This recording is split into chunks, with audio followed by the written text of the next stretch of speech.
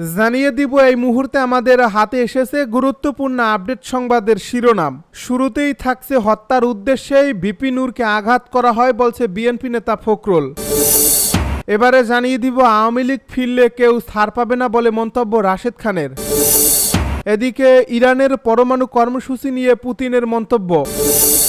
আরও জানাবো ইসরায়েলের তেলবাহী ট্যাঙ্কার ইয়েমেনের ব্যাপক ক্ষেপণাস্ত্র হামলা।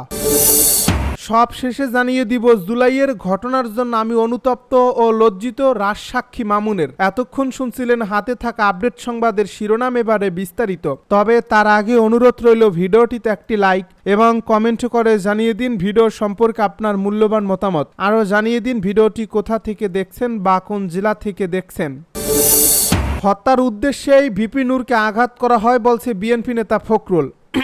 গণ অধিকার পরিষদের সভাপতি ভিপি নুরুল হক নূরকে হত্যার উদ্দেশ্যেই আঘাত করা হয়েছিল বলে মন্তব্য করেছেন বিএনপি মহাসচিব মির্জা ফখরুল ইসলাম আলমগীর। মঙ্গলবার দুপুরে ঢাকা মেডিকেল কলেজ হাসপাতালে নূরকে দেখতে এসে সাংবাদিকদেরকে তিনি একথা বলেন। বিএনপি নেতা মির্জা ফখরুল বলেন, যারাই তাকে আঘাত করুক, হত্যার উদ্দেশ্যে আঘাত করা হয়েছিল সেটা খুব পরিষ্কার। বিএনপি নেতা ফখরুল আরও বলেন, ভিপি নূরের অবস্থা আগের চেয়ে ইমপ্রুভ, কিন্তু ক্রিটিক্যাল অবস্থায় আছে। তার যে জায়গাগুলোতে ইনজুরি হয়েছে সেই জায়গাগুলো খুব ফ্যাটাল। তার ব্রেনেও ইনজুরি হয়েছে, ব্লিডিং হয়েছে। চিকিৎসকদের সঙ্গে আলাপ করে জানতে পেরেছি এখানে চিকিৎসার কোনো ত্রুটি হয়নি।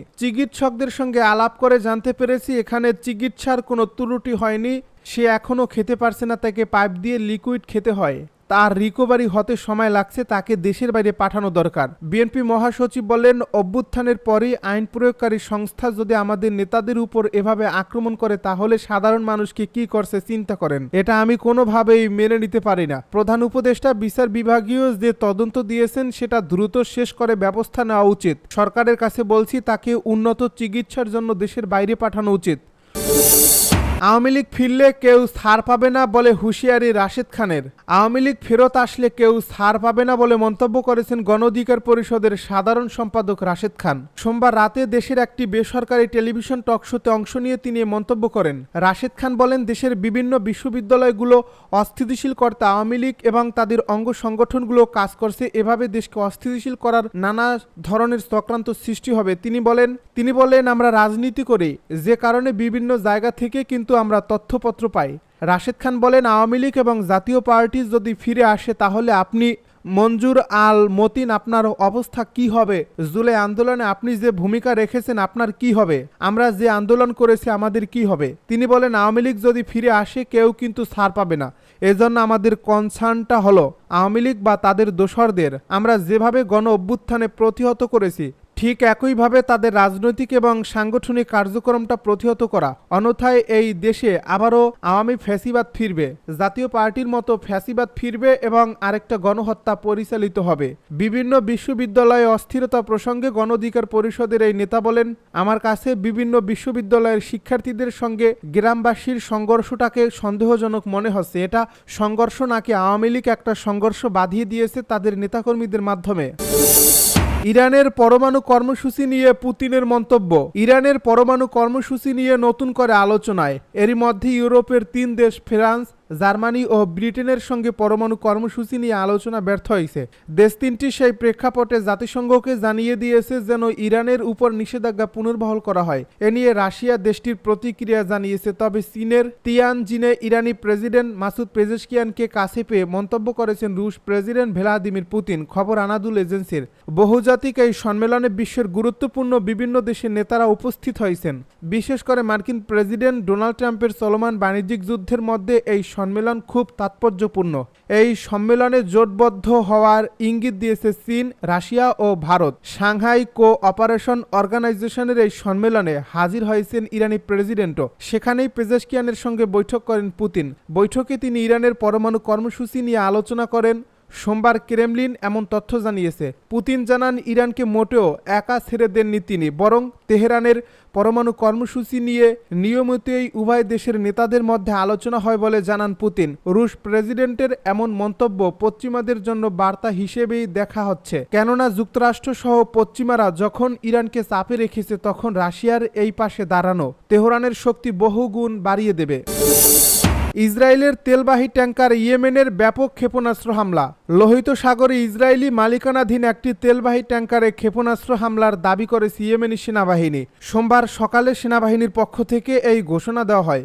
ইরানের বার্তা সংস্থা মেহের নিউজের এক প্রতিবেদনে এই খবর জানানো হয়। ইয়েমেনি সেনাবাহিনী তাদের বিবৃতিতে জানায়, উত্তর লোহিত সাগরে অবস্থানরত একটি ইসরায়েলি ট্যাঙ্কারকে সরাসরি ব্যালিস্টিক ক্ষেপণাস্ত্র দিয়ে লক্ষ্যভেদ করা হয়েছে।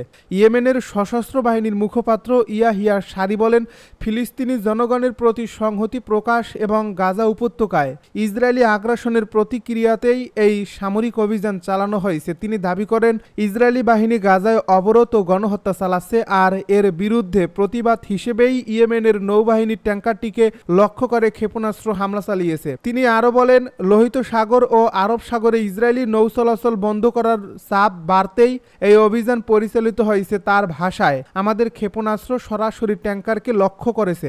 যুদ্ধ শেষ না হওয়া এবং গাজায় ফিলিস্তিনিদের উপর থেকে অবরোধ না ওঠা পর্যন্ত এ ধরনের অভিযান থামবে না। জুলাইয়ের ঘটনার জন্য আমি অনুতপ্ত ও লজ্জিত, রাজসাক্ষী মামুনের। আসামি থেকে রাজসাক্ষী হওয়া পুলিশের সাবেক মহাপরিদর্শক চৌধুরী আব্দুল্লাল মামুন বলেছেন, জুলাই আগস্ট বৈষম্য বিরোধী ছাত্র আন্দোলন দমন করতে গিয়ে এত ছাত্র জনতা নিহত ও আহত হয়েছে। এই ঘটনার জন্য আমি অনুতপ্ত ও লজ্জিত। তিনি আরও বলেন, এত বড় গণহত্যা আমার দায়িত্ব পালনের সময় সংঘটিত হয়েছে, যার জন্য আমি দোষ ও দায় স্বীকার করছি। দেশবাসী, নিহত আহত পরিবার ও ব্যক্তির কাছে ক্ষমা প্রার্থনা করছে। মঙ্গলবার আন্তর্জাতিক অপরাধ ট্রাইব্যুনালের জবানবন্দিতে এ কথা বলেন চৌধুরী আব্দুল্লাল মামুন। ট্রাইব্যুনাল একের চেয়ারম্যান বিচারপতি গোলাম মর্তুজা মজুমদারের নেতৃত্বাধীন ৩ সদস্যের আন্তর্জাতিক অপরাধ ট্রাইব্যুনালের বিচারিক প্যানেলে মামলার একমাত্র রাজসাক্ষীর সাক্ষ্য গ্রহণ শুরু হয়েছে। ট্রাইব্যুনালের অন্য 2 সদস্য হলেন বিচারপতি মোহাম্মদ শফিউল আলম মাহমুদ ও বিচারক মোহাম্মদ মহিতুল হক এনাম চৌধুরী। সকালে তাকে কারাগার থেকে ট্রাইব্যুনালে হাজির করা হয়। সাক্ষ্য গ্রহণ শুরুর পর দুপুরের বিরতিতে যান আদালত। এরপর বিকালে আবারও জবানবন্দি পেশ করবেন তিনি তার নিজের মামলায় সাক্ষ্য গ্রহণের 11তম দিনে রাজসাক্ষী হিসেবে সাক্ষ্য দেন। প্রসিকিউশন সূত্রে জানা যায়, আন্তর্জাতিক অপরাধ ট্রাইব্যুনালে একে ক্যামেরা ট্রায়ালে জবানবন্দি দেন। এ মামলায় ক্ষমতাচ্যুত প্রধানমন্ত্রী শেখ হাসিনা এবং সাবেক স্বরাষ্ট্রমন্ত্রী আসাদুজ্জামান খান কামালের বিরুদ্ধে সাক্ষ্য গ্রহণ চলমান। আজ মামলার 11তম দিনের সাক্ষীর সাক্ষ্য গ্রহণ হয়েছে। এর আগে এ মামলায় ৩৫ জনের সাক্ষ্য গ্রহণ সম্পন্ন হয়।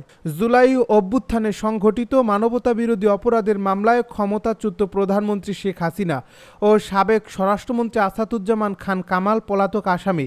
গত 10 জুলাই ট্রাইব্যুনালে নিজের দায় স্বীকার করে শেখ হাসিনার এই মামলায় স্বপ্রণোদিত হয়ে রাজসাক্ষী হতে চান চৌধুরী মামুন। একই সঙ্গে নিজের সব দায় স্বীকার করেন।